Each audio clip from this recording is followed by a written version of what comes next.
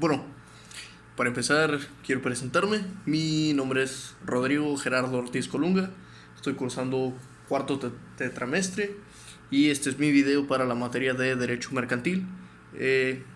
Básicamente es la actividad o proyecto integrador del primer parcial. ¿De qué se va a tratar? Bueno, en este primer parcial tocamos diversos temas.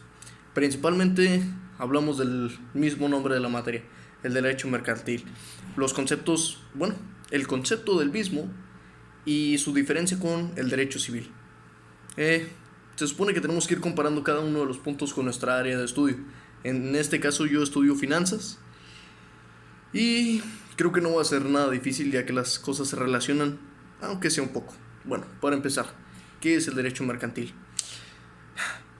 Han escuchado, bueno, creo que todos hemos escuchado muchas veces la palabra mercantil y derecho. Si descomponemos este término de derecho mercantil, cada uno por su parte, podemos asumir que el derecho es como habilidad o especie de, por así decirlo, derecho que tenemos a ejercer en el comercio. Y de esa parte va lo que viene siendo el área mercantil. Bueno, lo que hace es regular todas las actividades mercantiles. Para que no suene tan teórico, vamos a decir todas las actividades de compra y venta. ¿Y a qué se diferencia con el derecho civil? Bueno, básicamente el derecho civil es esta rama que regula todo aquello que tiene que ver con las personas, con los aspectos así como de la propiedad o los derechos que tiene esta misma. Ese es uno de los principales puntos que tenemos que tocar, que se supone que, bueno, no se supone, fue lo que leímos en los primeros capítulos de nuestro libro de texto. Bueno, en este caso era un libro digital. ¿En qué se relaciona el derecho mercantil con mi carrera? Bueno, estudio finanzas. Básicamente lo que nos toca es administrar el dinero. Cómo poder generar una mayor rentabilidad. Cómo hacer que lo que tú haces sea mucho mejor, te dé más ingresos, tengas una mayor utilidad. Bueno, creo que se relaciona de forma directa con el derecho. Bueno, el derecho mercantil, por así decirlo. ¿Por qué? Básicamente cuando tú compras o vendes algo, estás dando tu valor, tu dinero, o por así decirlo, tu moneda, y estás obteniendo algo a cambio. Se supone que la persona que te vende este artículo ya le está sacando provecho a esta venta que te acaba de hacer. Y tú también, porque acabas de adquirir un artículo. En este caso, creo que esa sería la mejor relación o la más clara que podría haber. El por qué. Bueno, básicamente este dinero que tú tienes y administras, lo utilizas para conseguir algo que quieres. Vamos a poner un ejemplo muy sencillo. Tienes dinero y necesitas un libro para la escuela. ¿Qué es lo primero que haces? Vas a una biblioteca, una librería, lo buscas, lo compras. Acaba de haber un acto, por así decirlo, de derecho mercantil. El vendedor, que es el dueño de la tienda o el encargado en ese momento, y tú, la persona interesada en comprar.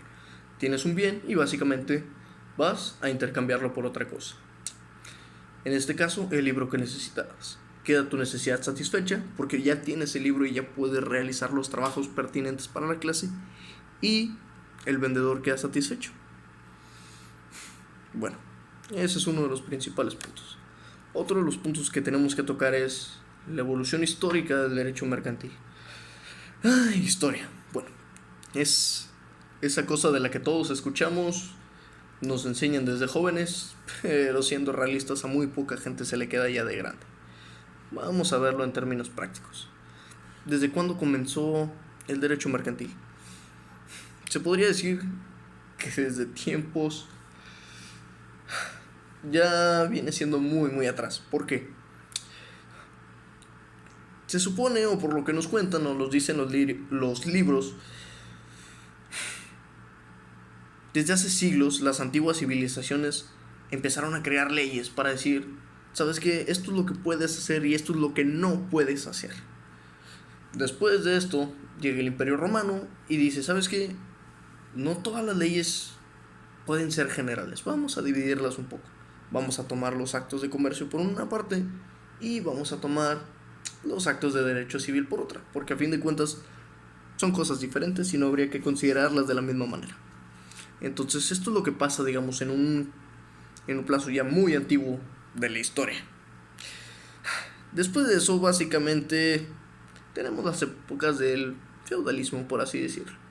Básicamente está el rey, tiene sus señores feudales, les da tierra y les dice, ¿sabes qué? Permítele a los campesinos trabajar tu tierra. Una vez que la trabajan, lo que producen, solo un pequeño porcentaje es para ellos, todo lo demás, casi todo lo demás es para ti, pero tú me tienes que dar una sección.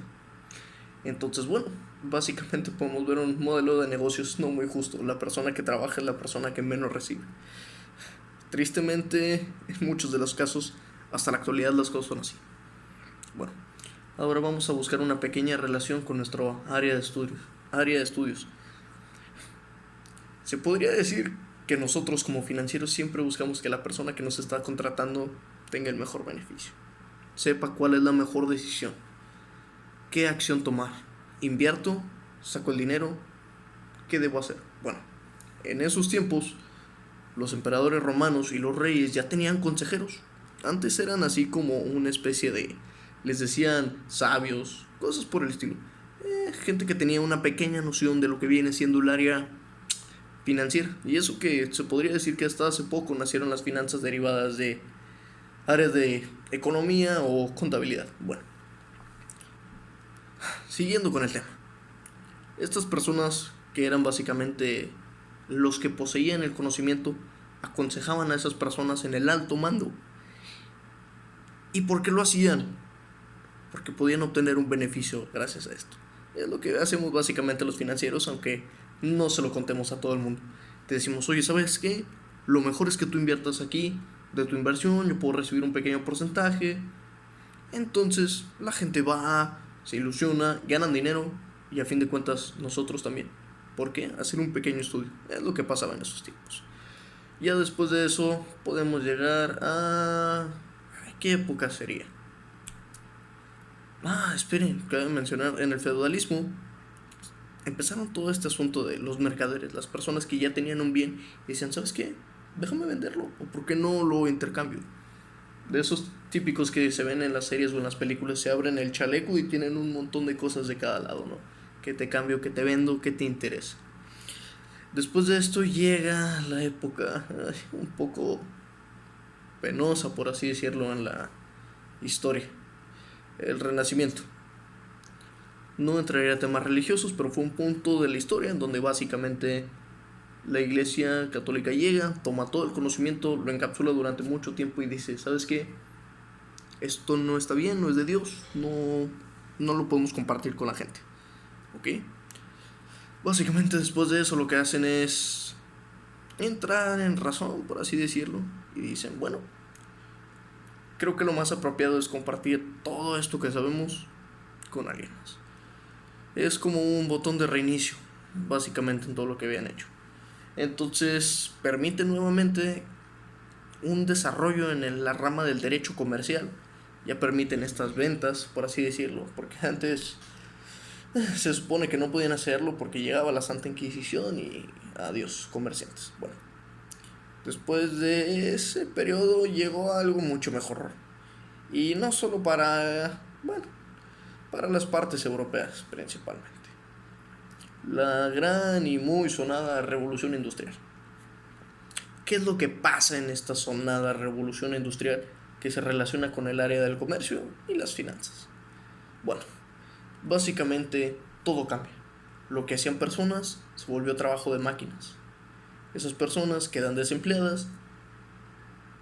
Pero, ¿por qué la gente no se enfoca en eso? Porque básicamente este es el desempleo. Esta es la curva de progreso que tuvo la gente. Entonces, bueno, básicamente la gente progresó, tenía mejores máquinas, podía producir más, podía vender más. Y claro, había gente trabajadora que le interesaba comprar o adquirir esos bienes. Entonces nuevamente entra el área financiera. ¿A qué precios se venden? ¿Cómo los vamos a tomar? ¿Por qué eres diferente a los otros trabajadores? ¿Cuál es tu ventaja competitiva dentro del mercado? En el área del Renacimiento no era tan notorio el aspecto financiero porque, bueno, si se podría decir algo de esa área, era el diezmo. Lo que básicamente la iglesia te decía, oye, dame un poco de todo lo que tú tienes, ¿no? Aunque sea un 10%. De ahí el nombre de diezmo. Bueno, nos saltamos unos muchos años y llegamos al siglo XX. Una época no muy distante a los años donde estamos ahora. También una época un poco oscura para la humanidad. El porqué es claro. Primera y Segunda Guerra Mundial. Algo que realmente no debería de mantenernos orgullosos. Sin embargo, para el comercio fue algo increíble. ¿Por qué? En el momento en el que un país entra en guerra con otro, todo estalla, literalmente. Oye, necesito hombres, comida, armas, ropa, refugio. ¿Dónde puedo conseguir todas esas? Oye, ¿sabes qué? Yo puedo ser tu aliado, te proveo municiones, llega otro y te dice, oye, ¿sabes qué? Yo tengo refugio. Otro llega y te dice, yo tengo maquinaria, te puedo proveer armas. Básicamente se comienzan a hacer alianzas de un bando y del otro. Entonces, mientras están aquí uno y otro atacándose, los de atrás están haciendo negocios hasta más no poder. Entonces se podría decir que fue cuando ¡pum!, creció el comercio y literal se hizo mundial, al igual que la guerra, lamentablemente. Bueno, por la parte de la guerra, qué bueno que el comercio se haya hecho global, si no básicamente no tendríamos muchas cosas. Podemos retomar y llegar a la parte de la actualidad. La actualidad. Esa época en donde todo es globalización, cosas de básicamente el mundo está conectado. Bueno, el mundo está conectado y lo podemos ver de mil y un maneras. Y eso es increíble. Hasta en las maneras en las que realizamos las compras tenemos tantas innovaciones. Alibaba, Mercado Libre, eBay, Amazon. Tantas páginas donde con un clic es comercio. Estás recibiendo el producto, estás pagando por él. Y es increíble cómo la gente se beneficia de esto. Es más, ahora el comercio hasta se podría considerar en las partes en donde contratas Rappi, Uber Eats, todas esas aplicaciones que tienes, bueno, al alcance de tu teléfono móvil, que básicamente el progreso tecnológico va de la mano con el progreso del comercio. Es increíble. ¿Por qué? Bueno, básicamente te ahorras la molestia de ir al súper, salir, hacer filas, tener que estar oliendo a la cebolla cuando ni siquiera te gusta y solo quieres unas enchiladas sencillas. Bueno, son unos cuantos beneficios que te dan. Después de todo eso que vimos, nos queda mencionar unas cuantas cosas. Las fuentes del derecho. Bueno, estas cosas no son tanto relacionadas con el área financiera como yo quisiera. Sin embargo, creo que es importante mencionarlas. Son estas cosas de las legislaciones, las jurisprudencias y las costumbres. Bueno, ahí las puse todas en general, aunque cabe destacar que se dividen en las materiales y las formales. Las materiales están conformadas por las costumbres y las formales por la jurisprudencia, por así decirlo. Bueno, estos ya son más términos teóricos y no creo que sean tan relevantes de explicar o de agregarlos en esta reflexión. Así que simplemente saltaré al siguiente punto ya mencionando todo esto. Bueno, si acaso cabe agregar que dentro de los materiales también estaba la doctrina jurídica. Bueno, los actos de comercio. Según la ley, ¿qué es un acto de comercio? Básicamente, podría decir que todo, pero con cierta especificación. Es muy interesante. De hecho, tenía entendido que es el artículo 75, el que literalmente te lo desglosa todo y tiene como 24 o 25 apartados en donde te dice: el que tú produzcas, no sé, digamos maíz y lo intercambies se considera un acto de comercio. El que tú produzcas tal cosa y lo vendas o lo intercambies es un acto de comercio. Realmente actos de comercio vemos en todas partes, aunque no sea siempre en términos económicos, el comercio está ahí. Como por ejemplo, cuando tu amigo te dice, oye, ¿tienes una pluma? Y tú le dices, ah, sí, ¿tú tienes una hoja? ¡Pum! Comercio. Los dos llegaron a un acuerdo, se intercambiaron algo que necesitaban, los dos lograron satisfacer sus necesidades y el negocio sigue. Cada quien se beneficia, no siempre de la parte económica, pero se beneficia. Entonces, bueno, básicamente eso es lo relevante. Ya para cerrar o agregar, la parte financiera es algo que en lo personal creo muy interesante. De hecho, por eso lo estudio. ¿El por qué creo que es tan interesante? Hay pocas cosas como las finanzas. Pocas cosas que con verlas y entenderlas puedes llegar a cambiar bastantes cosas sobre tu mundo. De hecho, inclusive sobre tu negocio. Oye, te está yendo mal, estás sacando inventario de más, no tienes tanto dinero, los productos más caros son los que menos se compran. Las finanzas están ahí. Una vez que analices, veas tus inventarios, sepas realmente qué es lo que está pasando dentro de tu negocio, las finanzas te ayudan a resolver todos tus problemas. ¿Qué logras con esto? Potencializar todo tu comercio o tus ventas, básicamente. Entonces, bueno, esto es todo por el proyecto, creo. Ah, casi lo olvido. Concepto de empresa y los elementos. Bueno, todos lo sabemos. Empresa básicamente es aquel pequeño individuo, digamos, que se dedica a vender un producto. Para diferenciar un poco entre empresa e industria, que muchas veces se confunde, vamos a decir, Audi es una empresa, Jetta es otra empresa, o bueno, por así decirlo, lo siento, Volkswagen. Nissan, otra empresa, todas juntas son la industria automotriz. Una vez aclarado eso, creo que es más fácil entender sus elementos. Básicamente necesitan de la colaboración, trabajo, desempeño, todos esos que son relevantes para lograr desarrollar una empresa. Esos son los términos o elementos claves que tendría que tener. Dentro de sus objetivos, claro que tienen que tener el comercio como prioridad, poder lograr generar y vender. Generar y vender. O en muchos casos hay bastantes empresas que lo que hacen es reciben materia prima y la transforman. Ahora sí, mencioné todos los puntos que nos pedían en la rúbrica. Esa fue mi reflexión. Creo que la materia es muy interesante. Realmente me gustaría llevarla de forma presencial para empaparme un poco más con el conocimiento del maestro. Sin embargo, por una cosa u otra de horarios, aquí. Muchas gracias.